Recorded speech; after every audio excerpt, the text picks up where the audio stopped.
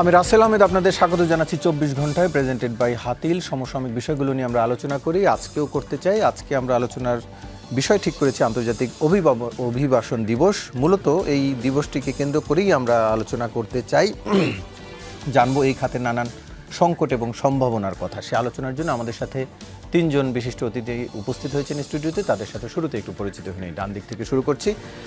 জনাব আলী হায়দার চৌধুরী, মহাসচিব, Bangladesh association of international recruiting agency বাইরা, আপনাকে আলোচনায় স্বাগত জানাচ্ছি। এরপরে রয়েছেন ডক্টর মোহাম্মদ নুরুল ইসলাম, সাবেক পরিচালক, জনশক্তি কর্মসংস্থান ও প্রশিক্ষণ ব্যুরো, আপনাকে আলোচনায় স্বাগত জানাচ্ছি। এবং এরপরে রয়েছেন জনাব শরীফুল হাসান, সহযোগী পরিচালক, ব্র্যাক মাইগ্রেশন ও ইউথ প্ল্যাটফর্ম, আপনাকেও আলোচনায় স্বাগত জানাচ্ছি। আলোচনা শুরু করতে চাইছি জনাব শরীফুল হাসান, একটু আপনার কাছ থেকে।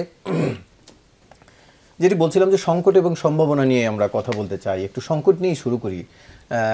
যে অভিবাসন এই খাতের যে খরচ, এটি নিয়ে বেশ আলোচনা হয় যে খরচ যেই পরিমাণে সেই পরিমাণে কর্মীরা আর্ন করতে পারেন না। আবার শুধু তাই নয়, বাংলাদেশের শ্রমিকদের যে খরচ সেটি পাশাপাশি অন্যান্য দেশেরও এমনটি নয়। অন্যান্য দেশের চিত্রদের যাওয়ার ক্ষেত্রে খরচ অনেক কম। সরকারিভাবে ঘোষণা দেওয়া হয় 1-1.5 লাখ টাকায় যাওয়া যায় এইসব দেশে, কিন্তু কোনো শ্রমিকই 6-7 লাখ টাকার নিচে যেতে পারে না। একটু আপনার কাছ থেকে জানতে চাই আসলে কোথায় সংকট, কোথায় সিন্ডিকেট, কোথায় সমস্যাটি? না, ধন্যবাদ। আজকে 18 ডিসেম্বর, আপনি জানেন যে আন্তর্জাতিক অভিবাসী দিবস। তো আমি আমাদের যে কোটি প্রবাসী রয়েছে তাদেরকে শুভেচ্ছা জানিয়ে দিনটা শুরু করি। মাত্র 2 দিন আগে আমরা 16 ডিসেম্বর আমাদের বিজয় দিবস ছিল, মহান মুক্তিযুদ্ধের মধ্যে দিয়ে আমাদের যে বাংলাদেশ। সেই আলোচনা আমি বলি যে আপনি যদি 1971 সালে 16 ডিসেম্বর সদ্য স্বাধীন দেশটাতে ফিরেন, বাংলাদেশ হচ্ছে পৃথিবীর দ্বিতীয় দরিদ্রতম দেশ, আমাদের রিজার্ভ প্রায় শূন্য। সেই জায়গা থেকে আজকে বাংলাদেশের যে অর্থনীতি, বছরে $22 বিলিয়ন রেমিটেন্স আসে। আপনি যে উন্নয়ন যে দেখেন, আমি প্রায়ই বলি যে এই উন্নয়নের পেছনে আমি আমার একটা তত্ত্ব বলি EFG। ই দিয়ে বলি আমি এক্সপার্টেড ওয়ার্কার্স বা প্রবাসী শ্রমিক, এফ দিয়ে আমি বলি ফার্মার্স বা কৃষক, আর জি দিয়ে আমি বলি গার্মেন্টস ওয়ার্কার। আজকে এই বাংলাদেশের অর্থনীতির ভিত গড়ে দিয়েছেন আমার কৃষক, আমার গার্মেন্টস শ্রমিক, আমার প্রবাসী কর্মী। এই যে 1 কোটিরও বেশি প্রবাসী, তারা বছরে 22-23 বিলিয়ন, কোভিডের সময় $24 বিলিয়ন পাঠিয়েছে। এই $24 বিলিয়ন মানে হচ্ছে সারা পৃথিবী মিলে যে বাংলাদেশকে ঋণ দেয় বা মোট যে বৈদেশিক বিনিয়োগ আসে তার থেকে 8 থেকে 10 গুণ বেশি। আজকে যে বাংলাদেশ কোনো ঋণ নির্ভর দেশ না, তার পেছনে সবচেয়ে বড় কারণ এই প্রবাসীরা। কিন্তু আপনি দেখবেন এই যেই প্রবাসীরা বা যেই গার্মেন্টস শ্রমিক বা কৃষক এই অর্থনীতির ভিত্তি, তাদের দেখবেন ঠিক মর্যাদা বা সম্মানটা নেই। আমরা বৈষম্য বিরোধী আন্দোলন করলাম একটা সুন্দর দেশের স্বপ্নে, কিন্তু আপনি দেখবেন কৃষক, প্রবাসী শ্রমিক তারা কিন্তু বৈষম্যের শিকার। এবং সবচেয়ে বেশি প্রবাসীরা, পরশুদিন একটা প্রোগ্রামে ডেইলি স্টার মাহফুজ আনাম বলছিলেন যে যারা সবচেয়ে বেশি দেয়, $22 বিলিয়ন দিচ্ছে, যেই মন্ত্রণালয় যে সেক্টর দিচ্ছে, সেই মানুষগুলোকে আমরা কতটুকু মর্যাদা সম্মান দিই, তাদের জন্য আমরা কী করি, রাষ্ট্রের বিনিয়োগ কত।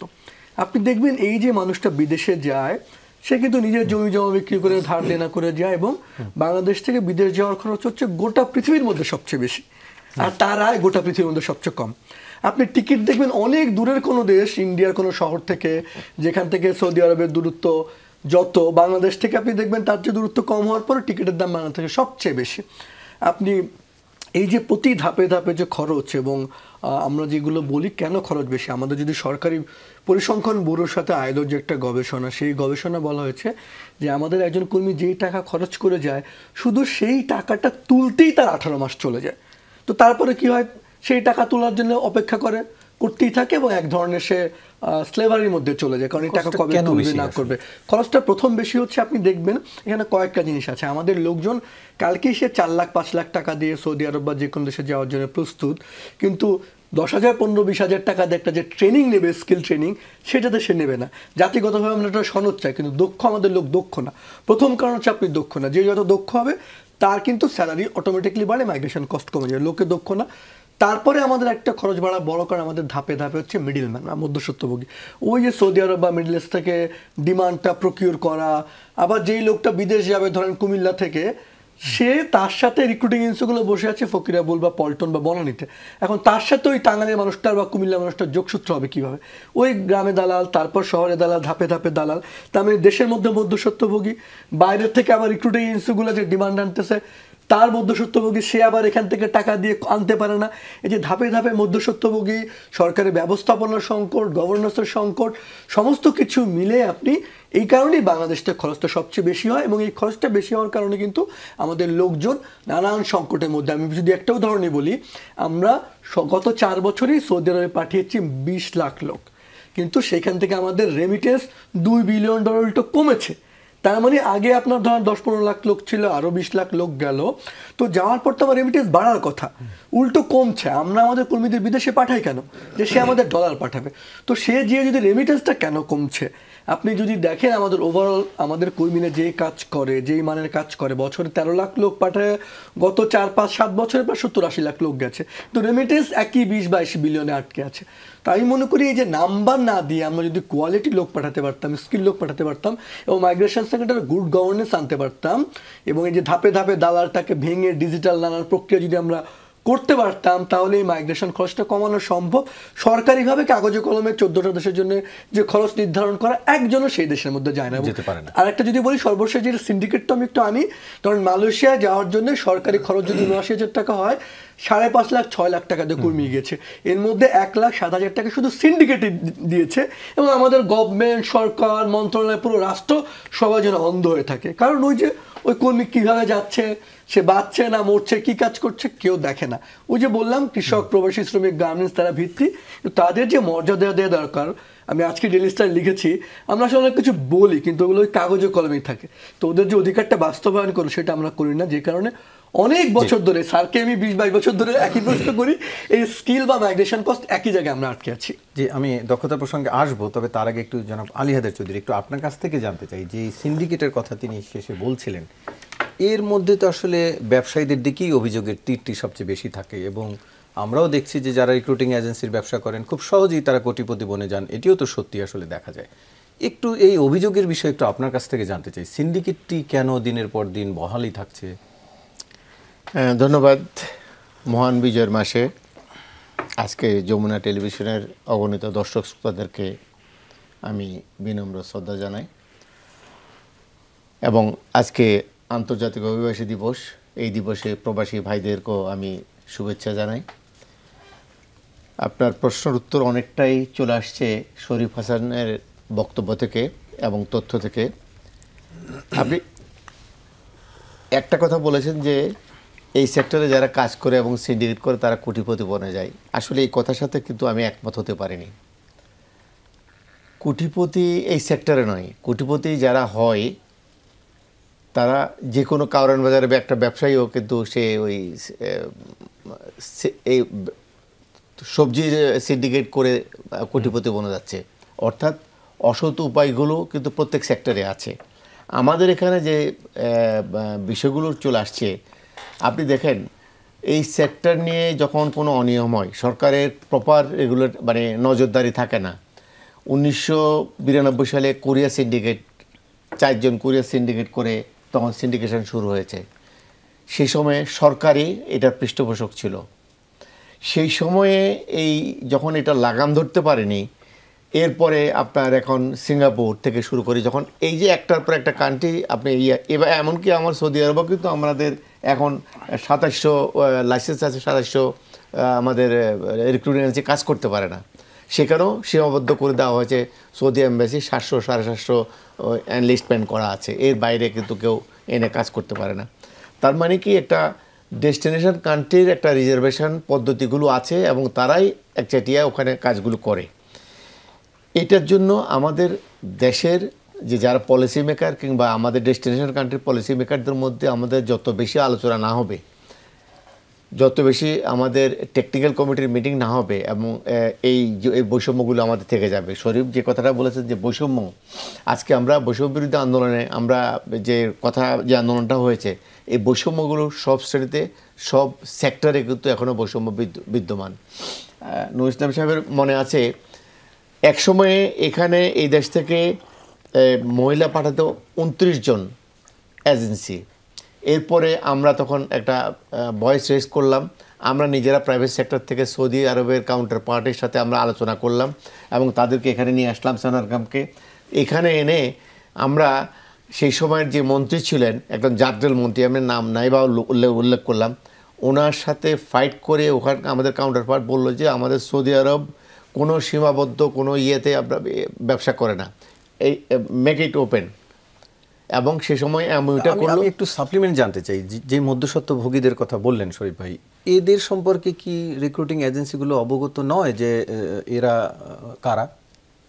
ডেফিনেটলি মধ্যস্বত্বভোগী বলতে তো ভিন্ন জিনিস। শরীফ হাসান যেটা বলেছেন মধ্যস্বত্বভোগী মানে যারা দালাল আর কি, দালাল, এটা নিয়ে তো গভর্নমেন্ট এখন রিকগনিশন দিচ্ছে এদেরকে। আমাদের যে ইমিগ্রেশন অ্যাক্ট 2023 এটা যেটা হয়েছে এখন, এবং এটার যেটা বিধি হয়েছে, সেখানে এই মধ্যস্বত্বভোগীদের রিকগনিশন অলরেডি তাদের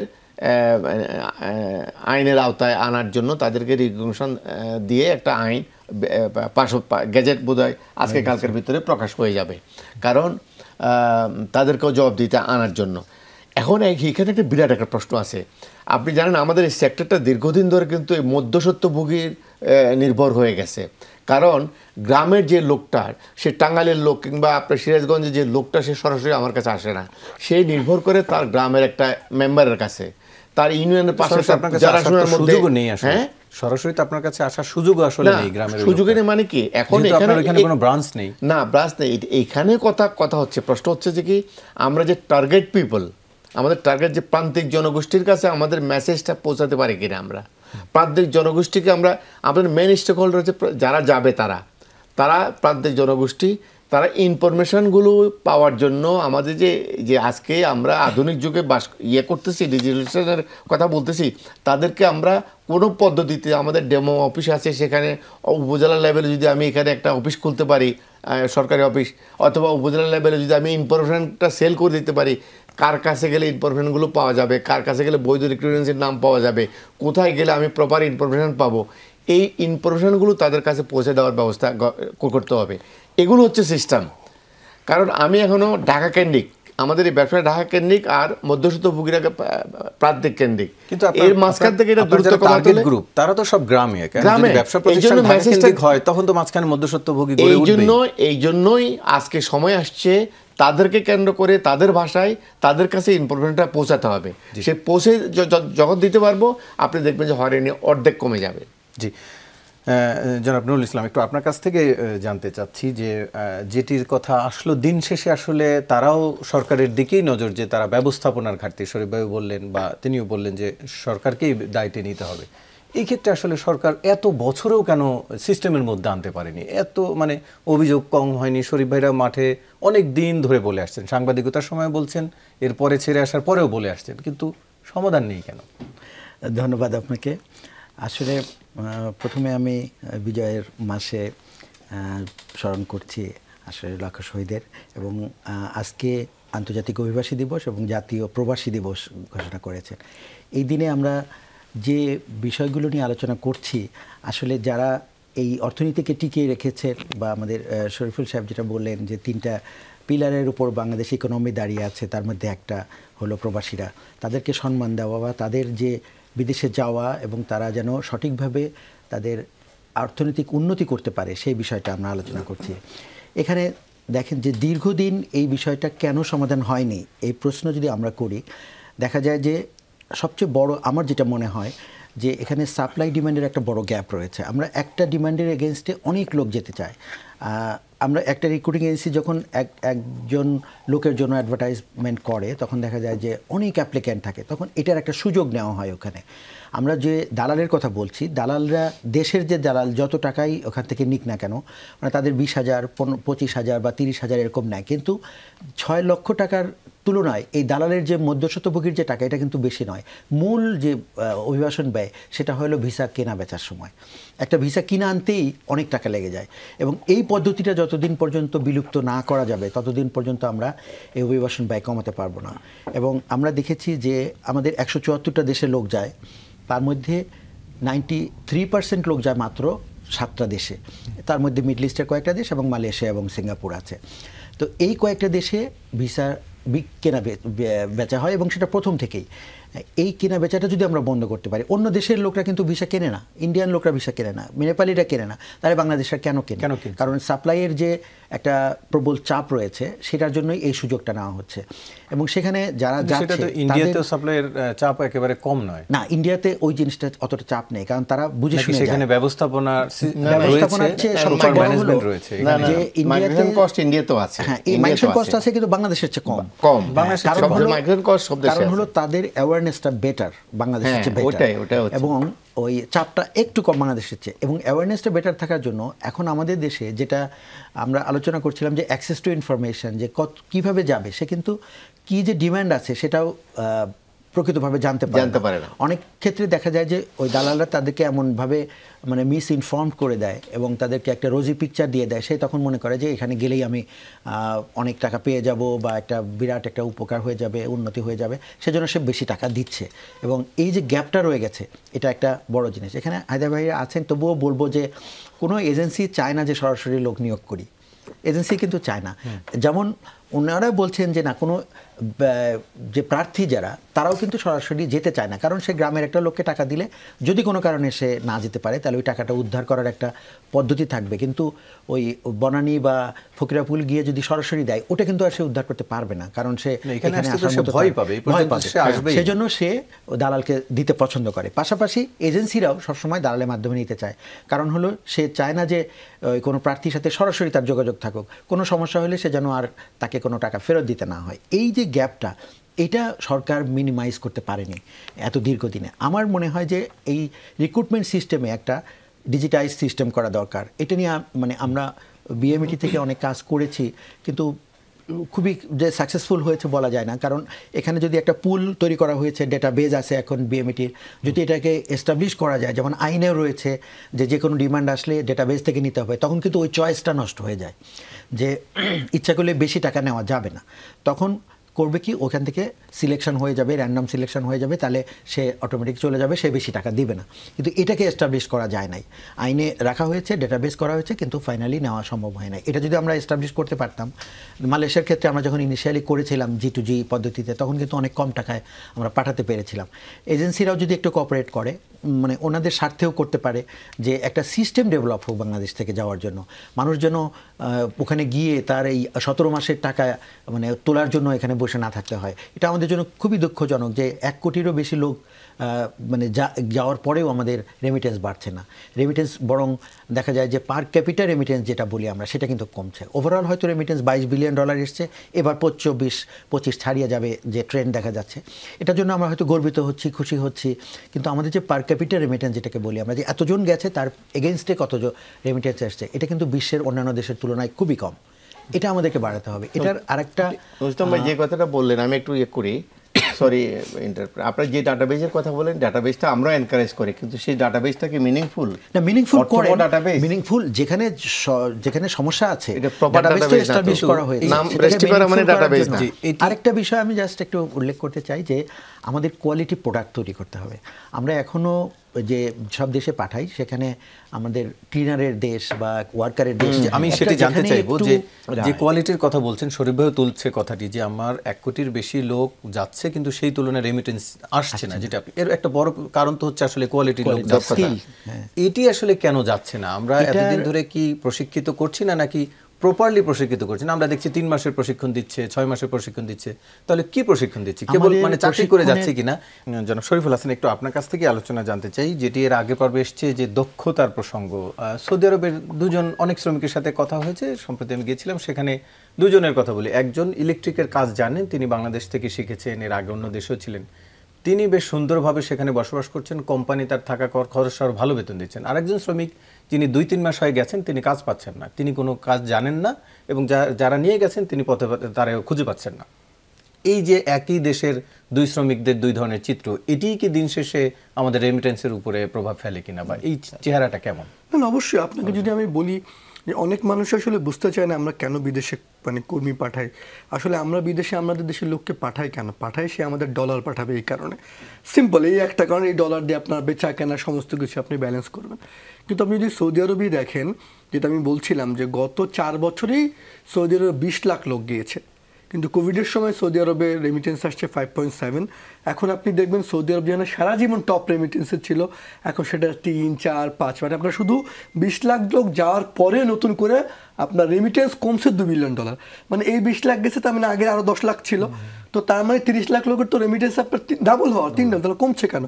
কমছে যেটা আপনি বললেন, আমিও এই এপ্রিল মে জেনেসে আমি এম্বাসি সবার সাথে কথাবার্তা বলে যেটা আমার কাছে মনে হলো যে সৌদি আরবে একটা বড় অংশের লোক আপনি দেখবেন রাতারাতি কোম্পানি গজিয়ে গেছে, যারা আনস্কিল লোকজন সেখানে যাচ্ছে, গিয়ে সে কাজ পায় না, আবার ফেরত আসে, ওই জায়গায় আবার লোকজন যায়। তো এই যে অনেক লোক যে কাজ পায় না সে ঘুরে, এখন ধরেন আগে যেখানে আপনার ধরেন লোক লাগছে 10 জন, এখন আপনি যদি সেখানে 50 জন লোক হয়ে যায় বাংলাদেশি, এত লোক যায়, তাহলে তো অটোমেটিকলি তার বেতন কমে যাবে।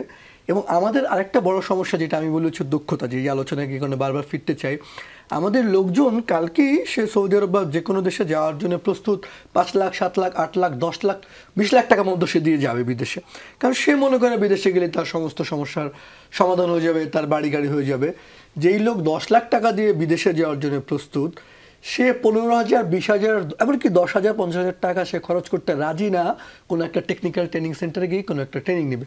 আপনি ঢাকার বা ঢাকার বাংলাদেশের যে কোনো একটা পলিটেকনিকে, যেটা আপনি বলছেন, সে যদি ইলেকট্রিশিয়ান হিসেবে কাজ জানে, একদম এখন গ্রামগঞ্জে বলতো আপনার এসি, টেলিভিশন সব চলে গেছে, আপনার বাসার যে এসির কাজ করে ইলেকট্রিশিয়ান খোঁজ নেবেন, আপনি তার সিরিয়াল পাবেন না। ঢাকায় তার 70-80 হাজার টাকা আয়, গ্রামে গঞ্জে তার 30-40-50 হাজার টাকা আয়, কারণ সে কাজটা জানে। সেই দেশেই বিশ্ববিদ্যালয়ের ছেলেদেরকে কেউ 10,000 টাকা বিক্রির জন্য পাবেন না আপনি, মানে 10,000 টাকা সে চাকরি পায় না। এই যে দক্ষ জনগোষ্ঠী, আপনি পৃথিবীর যেখানেই যান না কেন, কোনো জায়গায় সারা পৃথিবীর সমস্ত লোকজন ইউনিভার্সিটিতে যায় না। আমাদের এক জাতীয় বিশ্ববিদ্যালয়ে এই মুহূর্তে পড়ে 32 লাখ ছেলে মেয়ে, পৃথিবীর সেকেন্ড লার্জেস্ট ইউনিভার্সিটি। তো এই যে আপনি সব ছেলে মেয়েকে কি বিশ্ববিদ্যালয়ে পাঠাবেন? আপনি যদি আমি সুইজারল্যান্ডের উদাহরণটা দিই, আমার মনে আছে আমি ওদের বাসে চড়ছিলাম, সো এই কথাটা আমার খুব এত পছন্দ হয়েছিল। ওরা বাসে সুইজারল্যান্ড সম্পর্কে বলছিল যে আজকে আমার সুইজারল্যান্ডে রান হয়েছে 3টে এইচ দিয়ে। প্রথম এইচ হচ্ছে বলছে আমার হেড, আমার অল্প কিছু মানুষ যারা ইন্টেলেকচুয়াল, যারা দেশ কীভাবে চলবে চিন্তা করে, তারপরে বিজ্ঞানী এরকম, তারপরে বলছে হার্ট, ডাক্তার, নার্স এরকম, তারপর বলছে তো সুইজারল্যান্ডে আজকে এই জায়গার পেছনে সবচেয়ে বড় অবদান হচ্ছে হ্যান্ডস, কারিগরি শিক্ষা, যে যারা হাতে কলমে কাজ শিখছে, যারা বানাইছে। আপনি সুইজারল্যান্ড বলেন, ইউরোপ বলেন, দেখুন সব লোকজন কাজ করছে, তার ইউনিভার্সিটির দরকার নেই, ইন্টারমিডিয়েট পাস করা, ক্লাস 8 পাস করার পর সে কোনো না কোনো কাজ যাচ্ছে এবং কাজের কোনো ভেদাভেদ নেই। এখন আপনি যদি মনে করেন জেলায় জেলায় ইউনিভার্সিটি করবেন, সব ছেলে মেয়েকে সনদ দিবেন, এটা না করে আমাদের এখন কারিগরি শিক্ষা বাধ্যতামূলক করতে। বাধ্যতামূলক মানে কি, আপনি এসএসসি থেকে এইচএসসি যাওয়ার 3 মাসের মধ্যে অবশ্যই কাজ জানতে হবে, ইন্টারমিডিয়েট পারবো কোনো না কোনো। আপনি যদি কারিগরি শিক্ষা বাধ্যতামূলক করেন, 13 লাখ লোক পাঠিয়ে আপনার যে আয় হবে, আপনি 1 লাখ লোক পাঠালে তার চেয়ে বেশি পাবেন। আপনি শুধু জাপানের উদাহরণ দিয়ে শেষ করি, জাপান বলছে আমার দক্ষ লোক লাগবে, কত দিবা আমাকে, কেয়ার গিভার, ড্রাইভার, এবং সে শুধুমাত্র জাপানি ল্যাঙ্গুয়েজ N4 যদি আপনি জানেন, মাসে $2,000, মানে আপনি প্রায় 1.5-2 লাখ লোক পাবেন। আমরা গত 10 বছরে মিলে আপনার 2,000 লোক দিতে পারি না।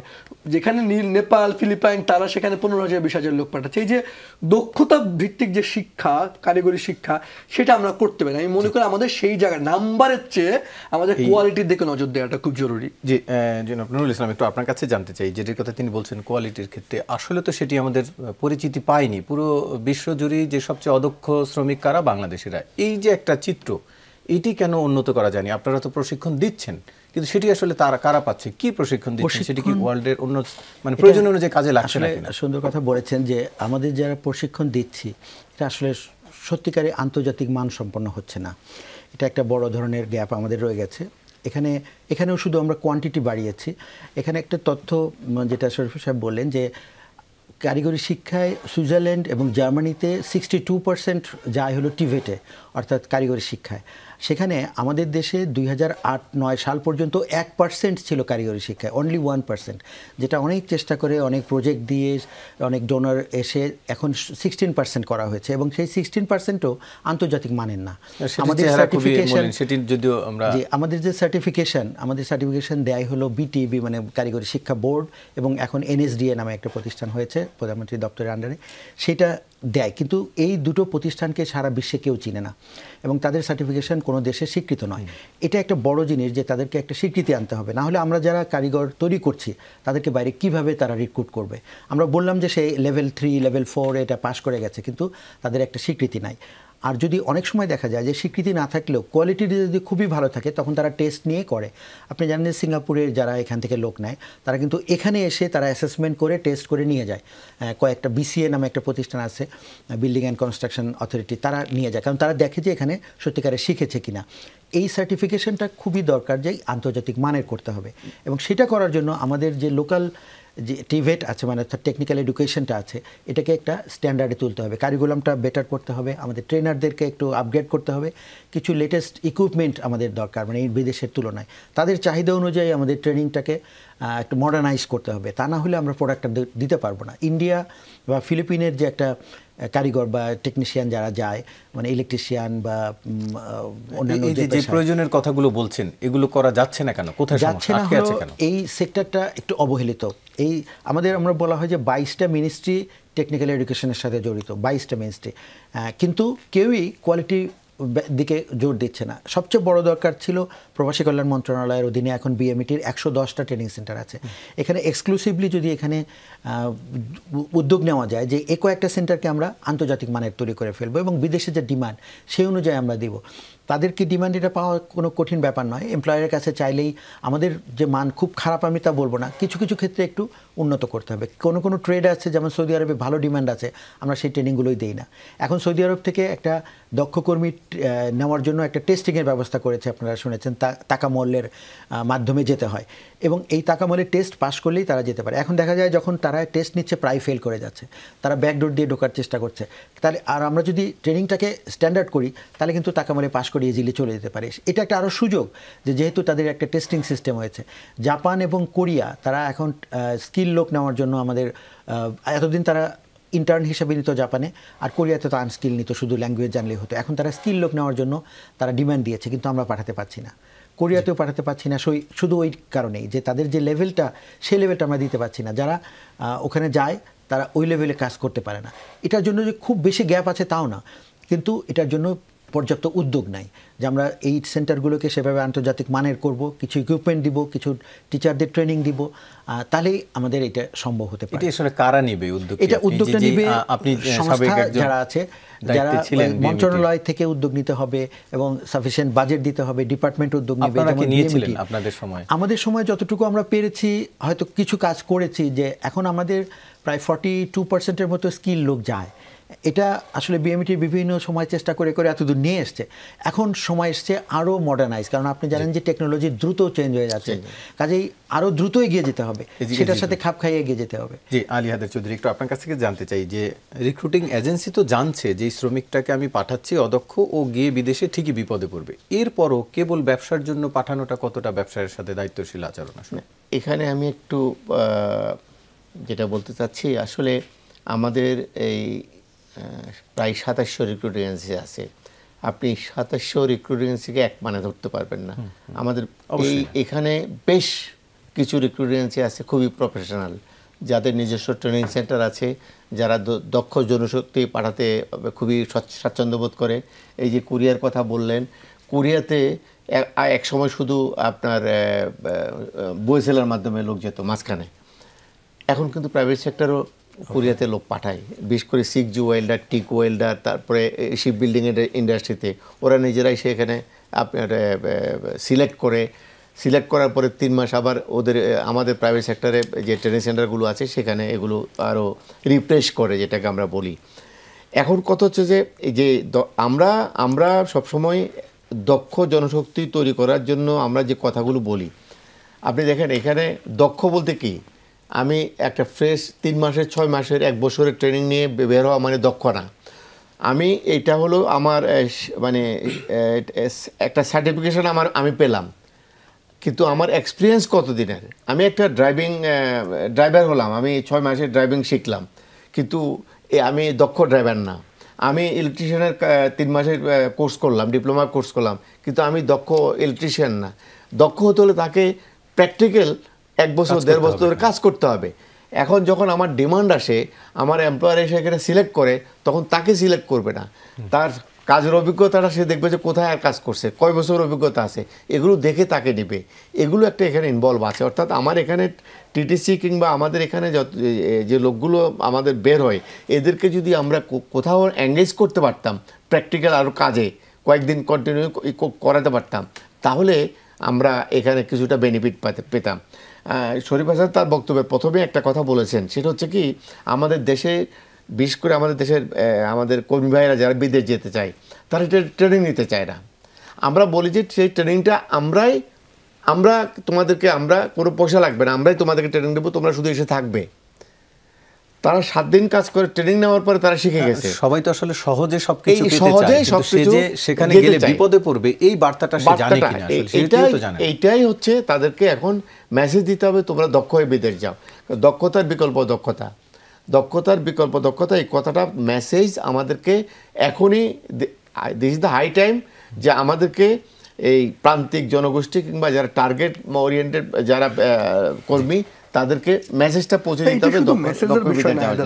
এটা আমরা পারি না, এটা শুধু মেসেজের বিষয়। যদি শিক্ষা ব্যবস্থা আপনি বাধ্যতামূলক না করেন, বাধ্যতামূলক আপনি অ্যারেঞ্জ না করেন, জেলা উপজেলা না করেন, টেকনিক্যাল ট্রেনিং সেন্টার ভালো না থাকে, আপনি অনেক কিছু মেসেজ দিতে পারেন, জানানো সহজ কিন্তু মানানো তো কঠিন।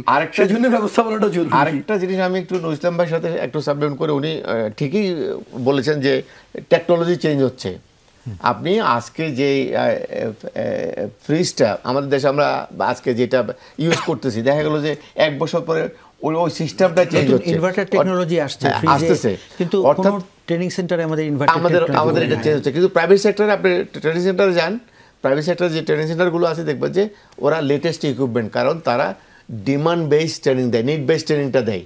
তারা জানে যে কি ডিমান্ড আসছে। কারণ আছে আমাদের সরকারি প্রতিষ্ঠানগুলো, মানে দেখবেন বড় বিল্ডিং, কে উদ্বোধন করছে, সামনে নাম ফলক, যখন যে মন্ত্রী এমপি তার এলাকায় একটা সেন্টার লাগবে, কিন্তু ওই ভবনের ভেতর থেকে কি কোয়ালিটির লোক তৈরি হয় সেটা দিয়ে কারণ।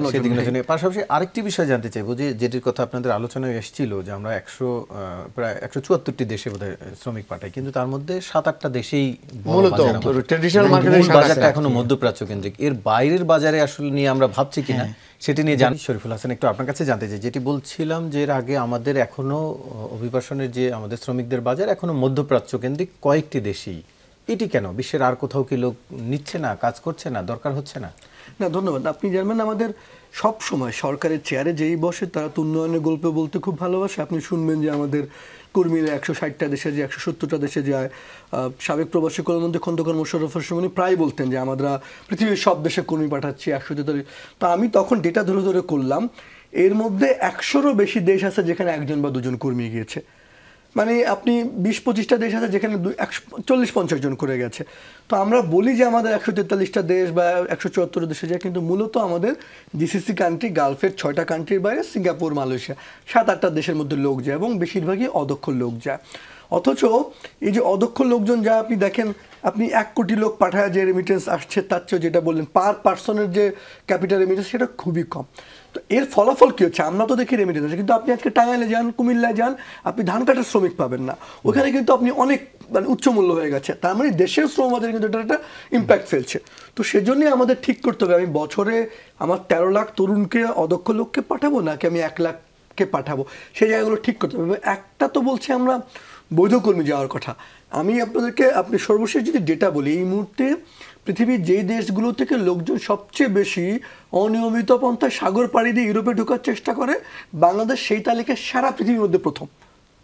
আপনি অবাক কাণ্ড, মানে আমরা বলছি উন্নয়নের কথা, দেশ মধ্যের দেশ, আর আমার দেশের লোকজন সাগর পাড়ি দিয়ে ইউরোপে যাওয়ার জন্য মরিয়া, সিরিয়া, আফগানিস্তান, ইরিত্রিয়া এই সমস্ত দেশের প্রতিযোগিতা করে আমরা প্রথম, মানে যে কোনো বলে আমরা দেশ ছাড়তে চাই, ইউরোপ চলে যাবো।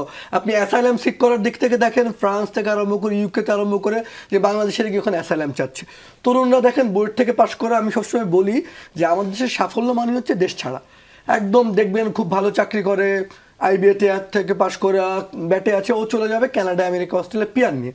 সদ্য পাশ করা বুয়েট, ঢাকা ইউনিভার্সিটি বা ভালো বিশ্ববিদ্যালয়তে পাশ করতে চলে যাবে মাস্টার্স পিএইচডি করতে। আর একদম কম যে জানে সে চলে যাবে সৌদি আরব, অন্য প্রান্তে বা সাগর পাড়ি দিয়ে হবে। এই যে সবাই দেশ ছাড়া প্রবণতাটা কেন? আমাদের এখানে গভর্নেন্সে ভয়ঙ্কর ঘাটতি আছে, আমরা স্ট্রাকচার হয়তো সমস্ত কিছু তৈরি করতে পারিনি। এই যে লোক দেশ ছাড়তে চায়, ফলেই রাষ্ট্র কি চায়, আপনি যে কোনো বলে দেশ ছাড়েন। আপনি সৌদি আরব যান, যেখানে ইচ্ছা যান, জমি বেচা যান, আমার রেমিটেন্স আসলেই হলে। কিন্তু এইভাবে লোক গিয়ে কিন্তু দেশের সার্টেন উন্নতি হয় না। কিন্তু আমরা সেজন্যই বলছি যে মাইগ্রেশন হবে, কিন্তু সেটা দক্ষ হোক, নিয়ম মেনে হোক, স্কিল মাইগ্রেশন হোক। সেজন্য কিন্তু এই যে দক্ষ লোকের কথা বলছেন, ইউরোপও বলছে যে ঠিক আছে, যেহেতু তোমার অনেক লোক আসে, আমিও অদক্ষ না, দক্ষ লোক দেখতে চাই। আমরা ইউরোপিয়ানের সাথে খুব ক্লোজলি কাজ করি, যারা ইউরোপ থেকে ফেরত আসে তাদের জন্য আমরা প্রত্যাশার একটা প্রকল্প করছি। আবার ইউরোপ কিন্তু এখন বাংলাদেশ সরকারের সাথে ট্যালেন্ট পার্টনারশিপ করেছে, কি মানে আমাকে তুমি দক্ষ লোক দাও, তারা দক্ষ লোক তৈরি করে নিবে। এখন পৃথিবীর কিন্তু যে জাপান বলছে, জার্মান বলছে, পৃথিবীর সব দেশ এখন কোন লাগে, কেয়ার গিভার, মেডিকেল টেকনোলজিস্ট, মানে বাংলাদেশে তো এটা একটা সুযোগ। এই যে আমার জনগোষ্ঠীর প্রায় 4-5-6 কোটি তরুণ, আপনি কিন্তু 30 বছর পর এই অপরচুনিটি পাবেন না, তখন আমরাও প্রবীণ দেশ হব। তাহলে আরও 25-30 বছর আমার লোককে যে দক্ষ করে পাঠানোর যে সুযোগটা আমাদের নেওয়া দরকার ছিল, সেটুকু আমরা নিতে পারছি না। আসলে কিন্তু আমার উচিত, যে জাপানের কথা বললাম, জাপান লোক নেওয়ার জন্য প্রস্তুত, কিন্তু M4 লেভেল জাপানিজ ল্যাঙ্গুয়েজ পুরো রাষ্ট্র মিলে আমরা পারছি না। কেউ যদি কোনো লেখাপড়া অনিয়মিত না করে, শুধু জাপানিজটা জানে, ওর কাজের অভাব নেই। তো এই যে আমাদের দেশে ধর অনেক লোকজন মাদ্রাসাগুলোতে কাজ করে, আমি প্রায় বলি, তারা আরবি যদি একটু জানে, তাকে আপনি একটু স্কুল করে পাঠান মধ্যপ্রাচ্যে। এই যে জাতিগতভাবে আপনি ধর কিউবা ঠিক করে ওরা ডাক্তার বা নার্স তৈরি করবে, ওই জায়গায় ইনভেস্ট করলো। জাতিগতভাবে আমরা আমাদের তরুণদেরকে কোন জায়গায় তৈরি করব, কোথায় পাঠাবো, কোন দেশে কোন ধরনের কর্মী লাগবে, সেই অনুযায়ী যে তৈরি করে, সেই কাজগুলো আমরা করছি না বলেই আপনি দেখবেন ওই যে কাগজে কলমে এই 7-8টা দেশের মধ্যে আছে, এবং একই মার্কেটে যখন দিনের পর দিন, বছরের পর বছর লোক যায়, তখন 20 লাখ 30 লাখ লোক যাওয়ার ফলেও রেমিটেন্স উল্টো কমে।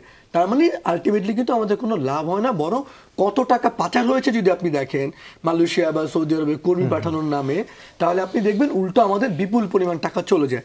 সেজন্যই আজকে এই আন্তর্জাতিক অভিবাসী দিবসে আমি বলতে চাই যে আমরা কাগজে কলমে মুখে মুখে অনেক কথা না বলে আমাদের ইন্ডিকেটর হওয়া উচিত যে আমাদের কর্মীরা যে টাকা খরচ করে সে টাকা দিয়ে কমবে, দক্ষতার নাম্বারটা বাড়বে এবং অভিবাসন ব্যবস্থাপনাটায় সুশাসন আসবে। তাহলে আমি মনে করি প্রবাসীদের প্রতি সম্মান দেখানো হবে। নুরুল ইসলাম, একটু আপনার কাছ থেকে জানতে চাই যে এই জন্য যে তথ্যটি আসলে সাধারণ মানুষ বা শ্রমিকদের জানা উচিত, সেটি কি আসলে জরিপ আকারে হয় যে কোন দেশে কোন সেক্টরের জন্য কত লোক দরকার, এটি কি তৃণমূল পর্যন্ত পৌঁছানো যায় কিনা বা যাচ্ছে না কেন, সমস্যাটি কোথায়? যাচ্ছে না, এটা হলো এই কাজটা যারা করবে সেটা সঠিকভাবে পালন করছে না আমি মনে করি। আমাদের 2018 সালে আমি বিএমইটি যখন ছিলাম, তখন আমরা 53টা দেশে একটা স্টাডি করি। এই 53টা দেশের মধ্যে ইউরোপের কিছু দেশ আছে, আমেরিকার কিছু দেশ আছে, আর অন্যান্য মিডল ইস্টেরও কিছু সম্ভাবনাময় দেশের। সেখানে স্কিল্ড ওয়ার্কারের যে কী ডিমান্ড আছে সেটা আমরা বের করি, যে কোন আগামী 10 বছরে কী ধরনের কোন স্কিলে, কোন প্রফেশনে, কোন অকুপেশনে ডিমান্ডগুলো আছে। এখন এই স্টাডিটার রিপোর্টের উপরে নির্ভর করে একটা প্ল্যান করতে হবে যে তাহলে সেই লোকগুলো তৈরি করতে হবে, কিন্তু সেটা কিন্তু আর করা হয় না। এই পরবর্তীতে এই যে গ্যাপটা, এই জন্য যদি এটা তৈরি করা শুরু করা যেত, তাহলে তারা তথ্যটা পেয়ে যেত, সবাই কিন্তু ইন্টারেস্টেড হতো যে হ্যাঁ ওই জায়গায় ডিমান্ড আছে। যেমন কিছু বলকান কান্ট্রিতে বেশ কিছু ডিমান্ড আছে, সেখানে কিন্তু আমরা জানি না, এখানে অনেকেই জানে না যে ওখানে গেলে ইউরোপের মতো বেতন পাওয়া যায় বা ওখানে সুবিধা মতো কাজ পাওয়া যায়। তাহলে মিডল ইস্টের থেকে ওদিকে চলে যেত, অল্প কিছু ট্রেনিং নিয়েও সেখানে যাওয়া যায়, এবং ফার্মিংয়ের কাজে যাওয়া যায়, ওখানে টেকনিশিয়ান লেভেলে কিছু কাজ যাওয়া যায়। কেয়ার গিভারের ভালো ডিমান্ড আছে বিভিন্ন দেশে, জাপানে, কোরিয়াতে বা ইউরোপে। এই জিনিসগুলোকে সঠিকভাবে ইনফরমেশনটা ডিসেমিনেশন করা দরকার হলো বিএমইটির বা আমাদের প্রবাসী কল্যাণ মন্ত্রণালয়। বিশেষ করে আমরা যে এই দিবসগুলো করছি, সেখানে আমরা শুধু অনুষ্ঠান না করে যদি কিছু স্লোগান স্পেসিফিক নিয়ে সেটাকে আমরা বাস্তবায়নের চেষ্টা করি। একটা ছোটোখাটো কাজ নিয়েই আমরা শুরু করলাম, এই ডাটাগুলোর প্রতিটা ইউনিয়ন পরিষদে আমরা পৌঁছে দিলাম, তাহলে আমাদের রিয়েল কাজ হবে। আমরা শুধু মানে এইটা অনুষ্ঠানটা উদযাপন করলাম তাহলে কিন্তু না, আমরা যে প্রকৃতপক্ষে তাদেরকে অ্যাক্সেস টু ইনফরমেশনটাকে ইজি করলাম, তাহলে তাদের একটা ক্ষমতায়ন হবে। তারা এই যে যারা প্রত্যাশী বিদেশে যাওয়ার জন্য আগ্রহী, তারা যদি সাফিসিয়েন্টলি ইনফরমেশন পায়, তারা প্রতারিত হবে না, তারা বেশি টাকা দিবে না, তারা সঠিকভাবে যেতে পারবে এবং তারা একটা প্ল্যান করতে পারবে যে আমি কিভাবে গিয়ে আমার জীবন মানটা উন্নত করতে পারবো। সেই জিনিসটারই একটা বড় অভাব হয়ে আছে। জি, আলী হায়দার চৌধুরী, একটু আপনার কাছে জানতে চাই, যেটির প্রসঙ্গে তিনি এর মধ্যে এসছে যে অবৈধভাবে টাকা যাওয়া আসার ক্ষেত্রেও অবৈধভাবে টাকা যাওয়াটাই আসলে বেশি হচ্ছে। প্রবাসীদেরও রেমিটেন্সের প্রকৃত সুবিধাটা আমরা পাচ্ছি না হুন্ডির কারণে। হুন্ডির যে প্রচলন এখনও রয়েছে, এই সরকার আসার পরে বলা হচ্ছে অনেকটা কমেছে, তাও আসলে কতটা কমেছে সেটি হয়তো আপনারা আরো ভালো বলতে পারবেন। কোথায় সমস্যাটি আসলে? হুন্ডির সিস্টেমটা আজকে নতুন না, এটা অনেক আগে থেকে, মানে 100 বছর আগে থেকে এই সিস্টেমটা, এই প্রথাটা চলে আসছে বিভিন্ন নামে বিভিন্ন ইয়েতে। এখন একটু বেশি কেন?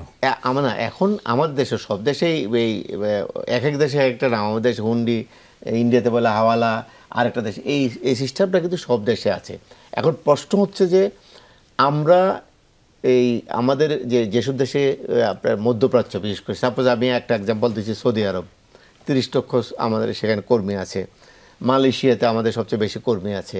এখন এই আমাদের মানে যেসব জায়গায় ঘনবসতি আমাদের কর্মীরা আছে, শ্রমিক ঘনবসতি, সেখানে কি আমি এমন কোনো টেকনোলজি আমি তাদের হাতে দিতে পেরেছি কিনা, এমন কোনো অ্যাপস আমি তাদের হাতে দিতে পেরেছি কিনা যে একটা কর্মী তার ঘরে বসে এই সার্ভিসটা তার ঘরে এই টাকাটা দিতে পারে। আপনি দেখেন হুন্ডি যারা করে তারা কি করে, ডোর টু ডোর সার্ভিস দেয়। একটা কর্মী যখন ব্যাংকের মাধ্যমে টাকা দিতে আসে, সে একদিন ছুটি নিয়ে ব্যাংকে তাকে আসতে হয়। আর হুন্ডি যারা করে তারা কর্মীর বাড়িতে গিয়ে টাকা সন্ধ্যায় নিয়ে আসে, সকালে গিয়ে তার বাড়িতে পৌঁছায়। অর্থাৎ এই যে কুইক সার্ভিসটা এবং এই নিশ্চয়তাটা এটা তারা দিতে পারতেছে। এখন আমি যদি এমন কোনো পদ্ধতি, এমন কোনো অ্যাপস আমাদের এই কর্মী ভাইদের কাছে হাতে দিতে পারে যাওয়ার আগে, তাহলে সে এটা ইউজ করতে পারে।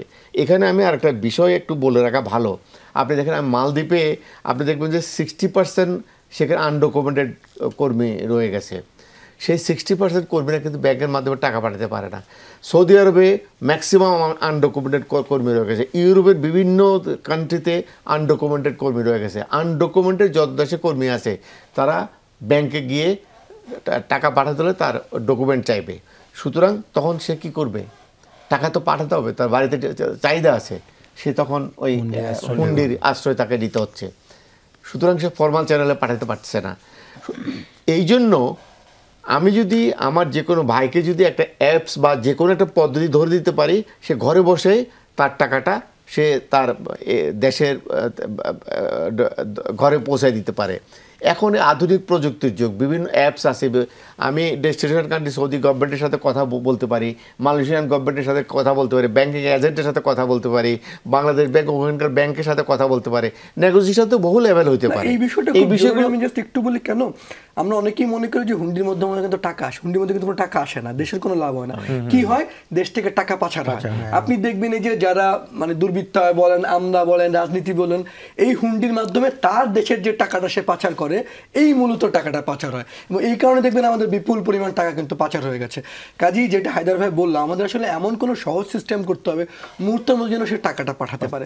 সেটা হয় না বলেই যে আপনি বিপুল পরিমাণ টাকা, যে এক সৌদি আরবে একটা কেস স্টোরি হতে পারে যে 20 লাখ লোক গিয়েও কেন 2 বিলিয়ন রেমিটেন্স কমে যায়। এই যে নানান দেশে কিন্তু আমাদের কর্মীরা, যে আমরা অনেকে মনে করি টাকা পাঠায়, টাকা যে সে পাঠায় না, ওই টাকা ওখানে থেকে যায়। আর বাংলাদেশের টাকাটা আপনার এই যে দুর্নীতির টাকাটা পাচার হয়ে যায়, ফলে দেশে অপরাধ, দুর্বৃত্তায়ন, লুটপাট কিন্তু হতেই থাকে। অর্থাৎ এই অপরাধ দুর্বৃত্তায়ন দূর করার জন্য সম্মিলিতভাবেই সম্মিলিত কাজ করতে হবে, ব্যবস্থাপনার আরো এগুলো আলাপ আলোচনা করতে হবে। এগুলো যত বেশি আমরা এক্সারসাইজ করতে পারি, government, private sector, civil society যত বেশি ইন্টারাকশন হবে, কিংবা আমাদের কাউন্টার পার্ট তাদের সাথে যদি আমরা যত বেশি ইন্টারাকশন করতে পারি, আমার মনে হয় এগুলো আরো একটা আমরা সহজ করে নিতে পারবো। দেশের স্বার্থে সেটি সবচেয়ে জরুরি। এই মুহূর্তে আপনাদের তিনজনকে ধন্যবাদ জানাচ্ছি আলোচনা অংশ নেওয়ার জন্য। দর্শক, এই ছিল আজকের 24 ঘন্টার আয়োজন। সাথে থাকার জন্য ধন্যবাদ সবাইকে।